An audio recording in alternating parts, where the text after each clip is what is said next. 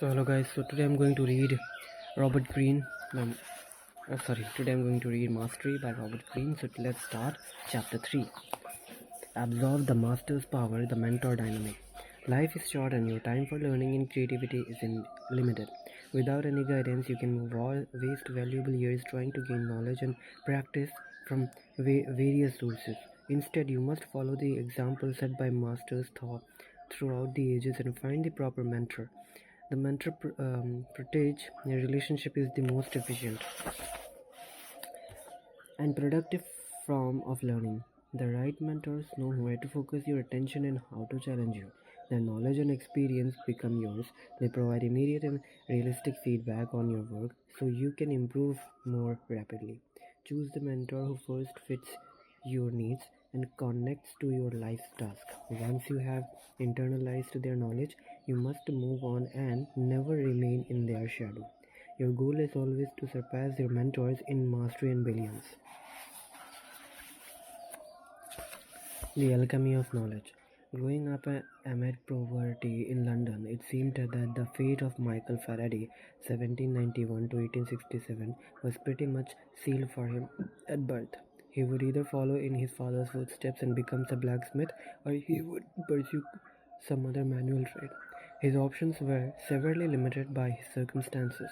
His parents had 10 children to feed and support. My God.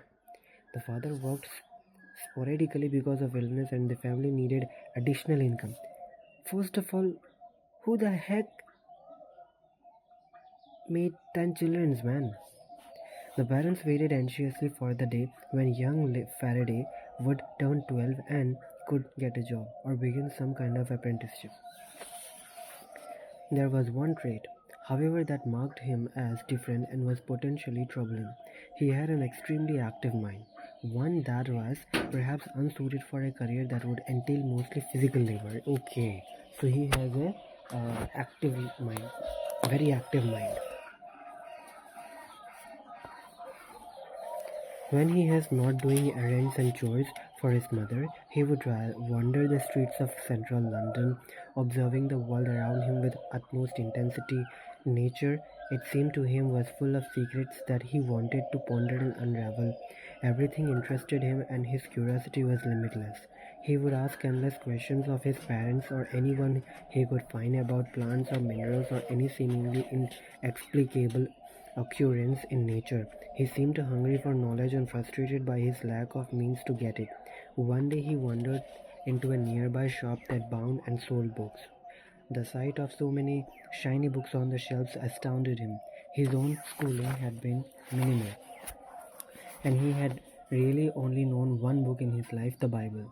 To Faraday, who came from a very religious family, the printed words of the Bible had a kind of magical power. He imagined that each of the books in this shop opened up different worlds of knowledge, a form of magic in its own right.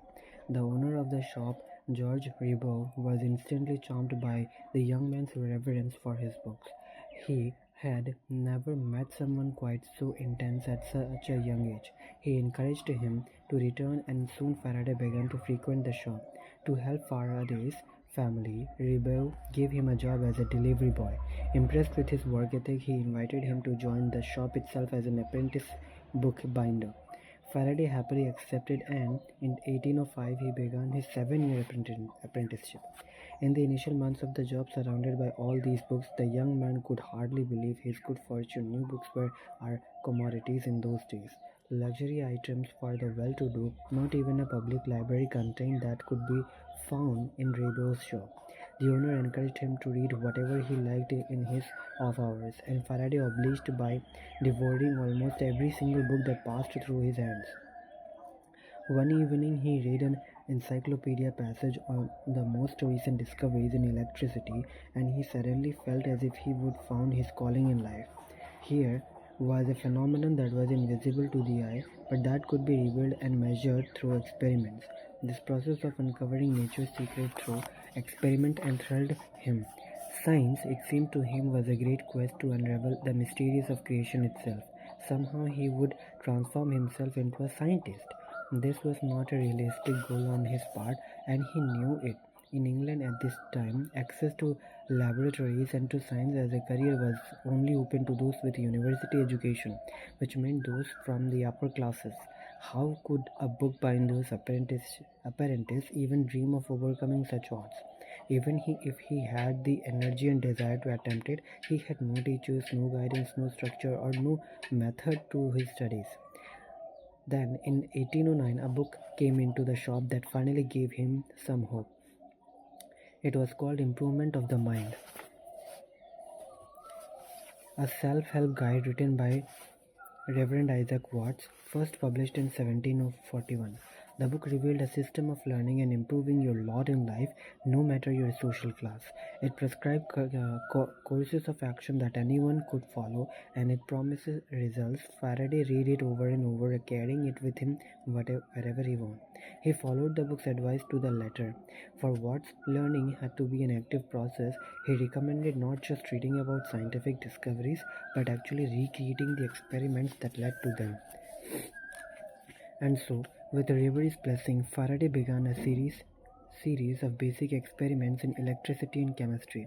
In the back room of the shop, Watts advocated the importance of having teachers and not just learning from books. Faraday dutifully began to attend the numerous lectures on science that were popular in London at the time. Watts advocated not just listening to lectures but taking detailed notes, then reworking the notes themselves, all of his imprinting the knowledge deeper in the brain. Faraday would take this even further, attending the lectures of the popular scientist John Topham each week on a different subject. He would note down the most important words and concepts, quickly sketch out the various instruments Tatum used, a diagram the experiments. Over the next few days he would expand the notes into sentences and then into an entire chapter on the subject, elaborately sketched and narrated in the course of a year. This added up to a thick scientific encyclopedia he had created on his own. His knowledge of science had grown by leaps and bounds and had assumed a kind of organizational shape modeled on his notes. One day, Monsieur Review showed his rather impressive collection of notes to a customer named William Dance, a member of the prestigious Royal Institution, an organization that sought to promote the latest advances in science. Thumbing through Faraday's chapters, Dance was astounded how clearly and concisely he had summarized complicated topics. He decided to invite the young man to attend a series of lectures by the renowned and recently knighted chemist Humphrey Davy, to be given at the Royal Institution, where Davy was director at the chemistry laboratory. The lectures had been sold out well in advance, and this was a rare privilege for a young man of Faraday's background. But for him it was much more fateful than that. Davy was the preeminent chemist of this time. He had made numerous discoveries and was advancing the new field of electrochemistry. His experiments with various gases and chemicals were highly dangerous and had led to numerous accidents. This only added to his reputation as a fearless warrior for science. His lectures were events. He had a flair for the dramatic, performing clever experiments before a dazzled audience. He came from a modest background and had raised himself to the heights of science, having gained the attention of some valuable mentors. To Faraday, Davy was the only living scientist who could model himself after considering Davy's lack of any solid formal education. Arriving early each time and gaining the closest seat he could find, he soaked up every aspect of Davy's lectures, taking the most detailed notes he had ever attempted. These lectures had a different effect upon Faraday than others he had attended. He was inspired, and yet he also could not help but feel somewhat dejected. After all of these years of studying on his own, he had managed to expand his knowledge of science and of the natural world. But science does not consist of the accumulation of information, it is a way of thinking, of approaching problems. The scientific spirit is creative. Faraday could feel it in a Davy's presence. As an amateur scientist looking at the field from the outside, his knowledge was one dimensional and would lead nowhere.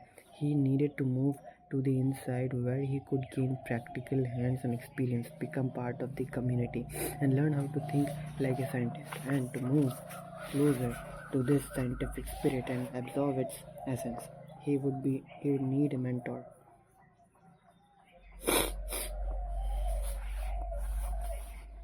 This seemed like an impossible quest, but with his apprenticeship coming to an end and facing the prospect of being a bookbinder for life, Faraday went into desperation mode. He wrote letters to the president of the Royal Society and applied for the most menial jobs in any kind of laboratory. He was relentless, and yet months went by with no results. Then one day, out of the blue, he received a message from Humphrey Davy's office. The chemist had been blinded by yet another explosion in his laboratory at the Royal Institution, and the condition would last for several days. During this time, he needed a personal assistant to take notes and organize his materials.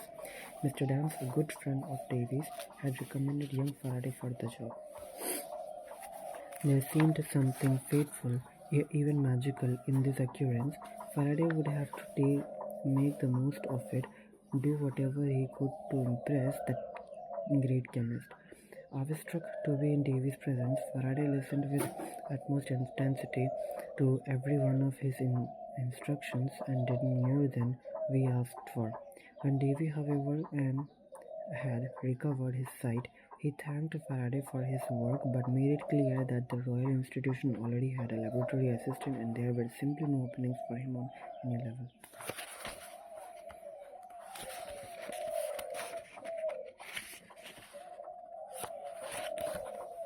Faraday felt despondent, but he was not ready to give up. He would not let this be the end. Only a few days in Davy's presence had revealed so many learnings possibilities. Davy liked to talk about his ideas as they occurred to him and gain feedback from anyone around him. Discussing with Faraday one experiment he was planning afforded the young man a glimpse into how his mind worked, and it was fascinating. Davy would be the ultimate mentor, and Faraday determined that he would have to make this happen. He went back to the notes he had taken on Davy's lectures. He worked them into a beautifully organized booklet, carefully handwritten and full of sketches and diagrams. He sent this off to Davy as a gift. He then wrote to him a few weeks later, reminding Davy about the experiment he had mentioned, but had probably forgotten about. Davy was notoriously absent-minded. Faraday heard nothing. But then one day in February 1813 he was suddenly summoned to the Royal Institution. That same morning the institution's laboratory assistant had been fired for insubordination. They needed to replace him immediately, and Davy had recommended young Faraday. The job mostly involved cleaning bottles and equipment, sweeping and lighting fireplaces. The pay was considerably lower than what he could gain as a bookbinder. But Faraday, hardly believing his good fortune, accepted on the spot. His education was so rapid it shocked him. It was nothing like the progress he had made on his own. Under his mentor's supervision, he learned how to prepare Davy's chemical mixtures, including some of the more explosive varieties. He was taught the rudiments of chemical analysis from perhaps the greatest living practitioner of the art. His responsibilities began to grow, and he was given access to the lab for his own experiments. He worked night and day to bring a much needed order to the laboratory and its shelves. He watched David closely at work, taking careful note of his highly creative way of devising crucial experiments that physically demonstrated his ideas, and slowly their relationship deepened. Clearly, Davy saw him as a younger version of himself. By the year 1821, however, Faraday had to confront an unpleasant reality. Davy was keeping him under his thumb. After 8 years of an intense apprenticeship, he was now an accomplished chemist in his own right. With expanding knowledge of other sciences, he was doing the independent research, but Davy was still treating him as an assistant, making him send packets of dead flies for his fishing lures and assigning him to other menial tasks. It was Davy who had rescued him from the drudgery of the bookbinding business. He owned him everything. But Faraday was not now 30 years old, and if he were not allowed soon, though, to declare his independence, his most creative years would be wasted as a laboratory assistant. To leave on bad terms, however, would ruin his name in scientific community, especially considering his own lack of reputation. Then finally Faraday found a chance to separate himself from his overbearing mentor, and he exploited this opportunity to the maximum. Scientists, scientists throughout Europe were making discoveries about the relationship between electricity and magnetism, but the effect they had on each other was strange, creating a movement that was not linear and direct but apparently more circular. Nothing in nature was quite like this. How to reveal the exact shape of this effect or movement in an experiment became the rage, and soon Davy got involved, working with a fellow scientist named William Hyde Wollaston. Wollaston. They proposed the idea that the movement created by electromagnetism was more like a spiral. Involving Faraday in their experiments, they devised a way to break up the movement into small increments that could be measured. Once this was all added up, it would show the Spiral motion.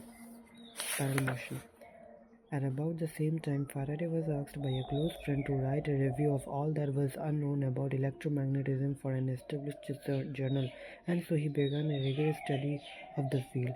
Thinking like this mentor, he speculated that there must be a way to physically demonstrate the motion created by electromagnetism in a continual fashion so that no one could dispute the results.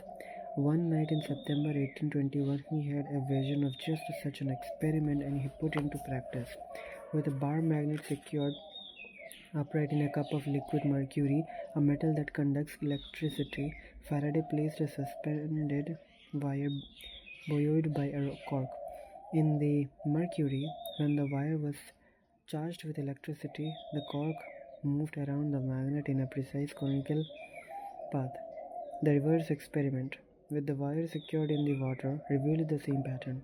This was the first time in history an electricity had been used to generate continual motion, the precursor to all electric motors. The experiment was so simple, and yet only Faraday had seen it so clearly. It revealed a way of thinking that was very much the product of Davis' tutelage. Excited about what he had done, he rushed to have his results published.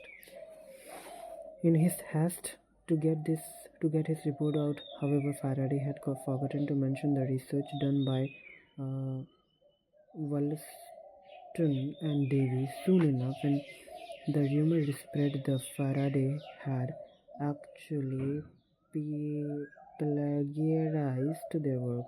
Realizing this mistake, Faraday met with Wollaston and showed him how he had reached his results independent of anyone else's work. Wollaston agreed and let the matter drop. But the rumors continued, and soon it became clear that the source of them was Davy himself. He refused to accept Faraday's explanation, and no one knew quite why. When Faraday was nominated to the Royal Society because of his discovery, it was Davy as president who tried to block it. A year later, when Faraday made yet another important discovery, Davy claimed partial credit for it. He seemed to believe that he had created Faraday from nothing and so was responsible for everything he did. Wow. Faraday had seen enough, their relationship was essentially over. He would never correspond with or see him again. Now, having authority within the scientific community, could do as he pleased. His coming experiments would soon pave the way for all of the most important advances in electrical energy and for the field theories that would revolutionize science in the 20th century. He would go on to become one of history's greatest practitioners and of experimental science, far as outshining the fame of his one-time mentor. Wow, I really love this story.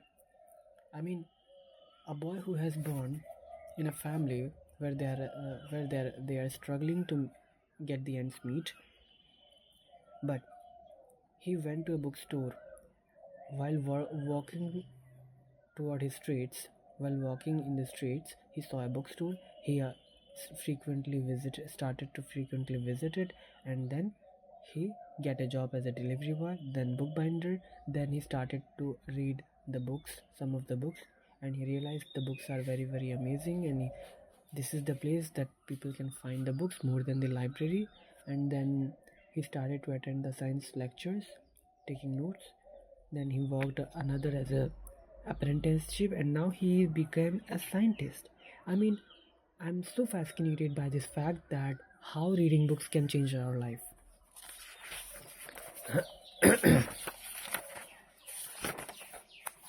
Okay, 90.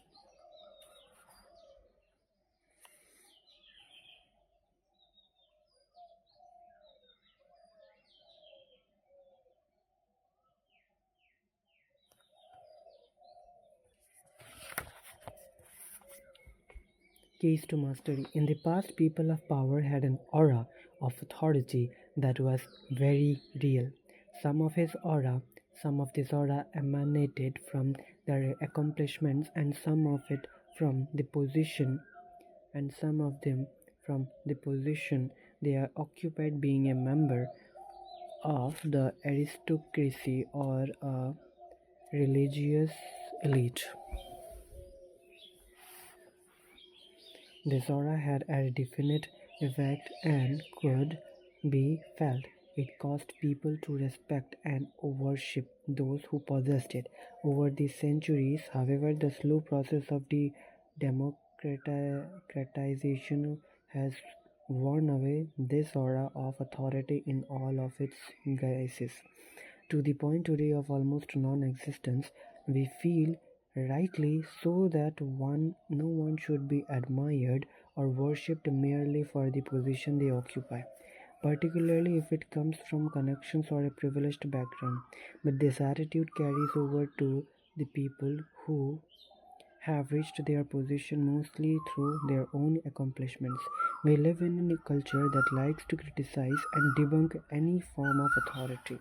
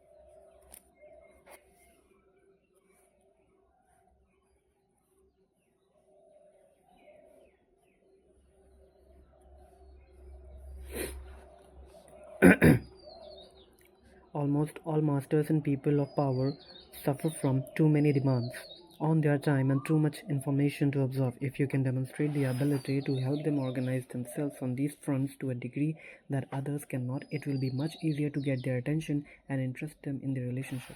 What? If you can demonstrate the ability to help them organize themselves. Okay, so basically we have to demonstrate the ability to help them organize themselves in these fronts to a degree that others cannot. It will be much easier to get their attention and interest them in the apprenticeship. You will want as much personal interaction with the mentors as possible. A virtual relationship is never enough. There are cues and subtle aspects you can only pick up through a person-to-person interaction, such as a way of doing things that has evolved through much experience. It was only through constant exposure to Davy's thought process that Faraday understood the power of finding the crucial experiments to demonstrate an idea, something he would adapt later on with great success. Mentors have their own strengths and weaknesses.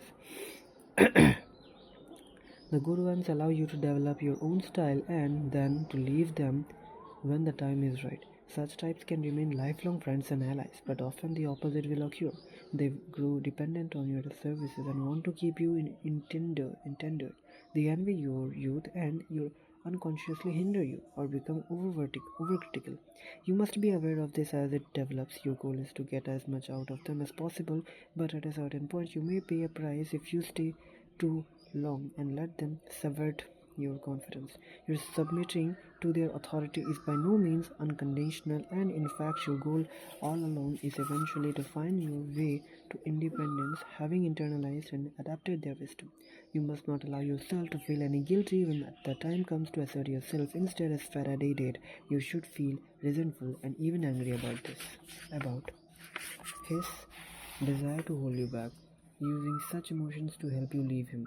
In any event, you will probably have several mentors in your life, like stepping stones along the way to mastery. At each phase of life, you must find the appropriate teachers, getting what you want out of them, moving on and feeling no shame for this.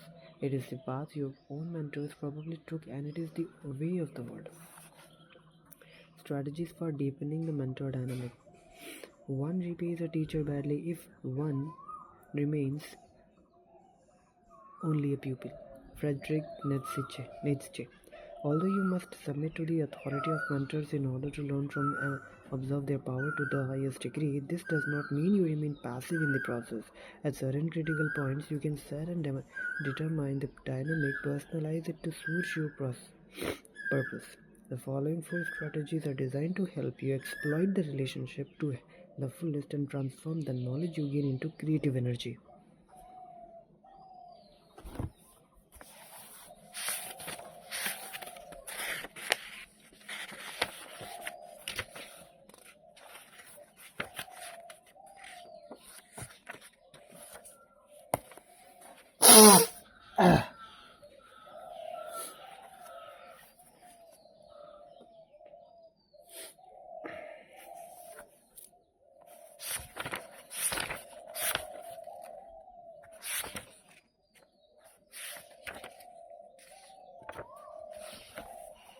Okay, no problem.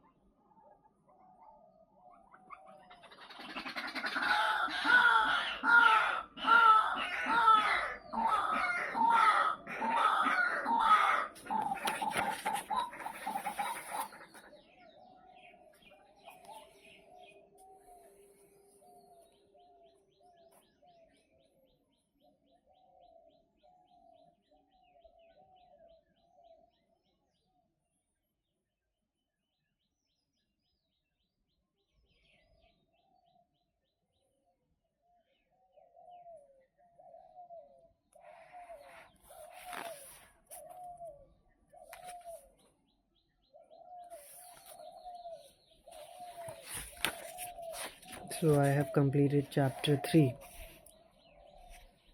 1, 2, 8 second. Did I? Have I completed chapter 2? Oh, yeah. I have completed chapter 2. Yeah, it was very, very long. Okay. So chapter 3 is also done. Chapter 4, 5 and 6. Okay, so chapter 5 is a bit longer. But 4 and... I will keep reading one chapter in a day, and if chapter 5 took long enough, I will give 2 days, but I will learn it. Okay, so that's it from my side, guys. I have completed chapter 3. From tomorrow I'll be reading from chapter 4. This is Mastery by Robert Greene. Take care.